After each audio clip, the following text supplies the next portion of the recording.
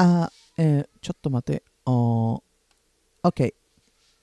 Hello, Avidi. I think I think I should be saying link like that.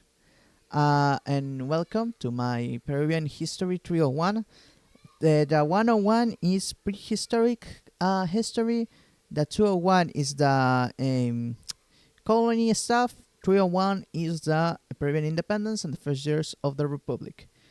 Uh, we're gonna start off with before the independence because at the start of the 19th century, Spain was under Napoleonic invasion, and the Catholic monarchy was opposed, and this was replaced with a liberal constitution, which gave more freedoms to the colonies. After the Napoleonic invasion, the comeback of the monarchy suppressed the colonies, and this started a desire by the American patriots to self-govern against the desire of the Spanish crown. We got with this the first steps of the emancipation of the Americas, or rather than the Hispanic part, or in Espanol, Hispanoamerica. By the start of the 19th century, there started to form various revolutionary juntas to depose the Spanish rulers. The realists ended up being capable to suppress those rebellions. But after that, this started a second phase, which we got three main characters.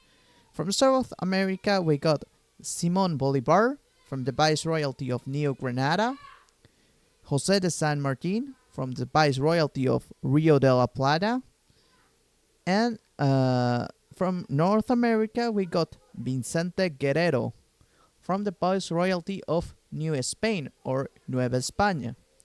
By the 1890s, 1820s, all the colonies of Spain gained independence. The liberation of Peru was kind of messy because Peru didn't really want it to become free. They really like the monarchy. And this is kind of true, at least, not the common man, but the aristocrats really like the monarchy. But the thing is that the liberation of Peru was helped out by two foreign armies. The foreign army from the north of the ex-royalty of New Granada, which was from the territories of Venezuela, Colombia, and Ecuador, and from the south, from the viceroyalty of Rio de la Plata, which comes Jose de San Martin. This started a conflict of interest because Jose de San Martin he arrives in Peru and proclaims the independence in 1821. He has this idea of that the region needs a constitutional monarchy, so he pitches the idea to the Europe and see if like some fifth-rate Bourbon will dare to take up this mess. Everyone says no, and we got from the other part, we got Simón José Antonio de la Santísima Trinidad Bolívar Ponte y Palacios Blanco. God, people in the past had such long names. And his vision was ultra-centralist.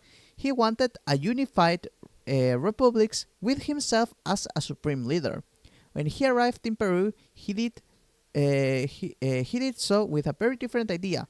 No, princess, this will be done by force, with a president, with a sword, and if you don't like it, you will get shot for being a traitor or a Chilean. Well, in this time, we didn't hate the Chilean because we didn't got the first Pacific War, and these clashes of interests ended up in the Guayaquil interview or Entrevista de Guayaquil in 1822. Although there is no record of the conversation, all what we know is contemporary gossip. What we know is that after that, San Martin just rage quits because he was like the first ruler of Peru, but then he resigns, hands over the power, and goes into exile. Bolivar remains therefore as the only alpha male liberator of the region. Bolivar then ended up creating the Republic of Bolivia in 1825, using the territories of the Upper Peru that was previously part of the Viceroyalty of Peru. What was the Bolivar plan? It was to create a South American United States, but with him as a counterfeit version of George Washington, with like a tragic hero complex because he got some. Not gonna lie, he got some cool lore.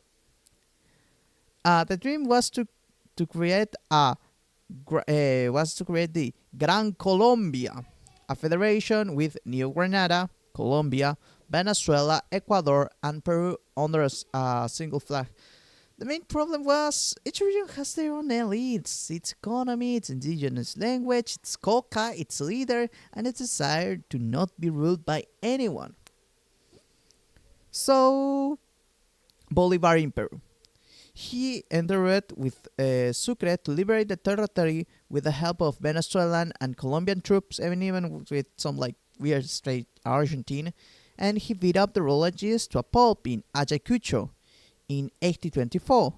And instead of uniting Peru with Gran Colombia, like we got in this map, he ended up seizing Upper Peru, the currently known as Bolivia, and named it after himself. The thing was that Bolivar wanted to like having like a whole foreign encirclement of. I have a mouse. Bolivar wanted to have like a whole foreign encirclement of Peru and have all the territory under his influence. So yeah, he colonized the territory they had liberated under the pretext of preserving their independence. So, in short, Bolivar didn't steal territory for anyone, he stole it for his ego. His federal plan went to hell because he didn't understand that South America can't be unified. And his only achievements just under the equator was Peru became a republic under the model imposed by Bolivar, and Bolivia was born like a diplomatic Frankenstein because this territory of Bolivia, uh, Bolivar didn't want to have San Martin having it, so he was like, "Well, I'm gonna take this land, and it's mine." And yeah, this is the whole story, in short. There is more stuff like yeah, but this is mainly the stuff. And then talking about the Confederation, the thing was that well, both nations, Peru and Bolivia, born under the same Bolivar legacy, so they were like, "Hey yo, wanna make a team?"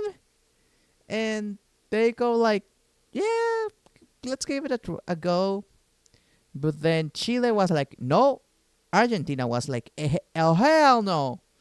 And they ended up like trying to destroy them economically, and the confederation was over. And yeah, that's why I don't like Bolivar, because he's just a jerk, and I hate that every people from Venezuela or Colombia trying to say that he was a good guy. Like, oh hell no, he ain't a good guy.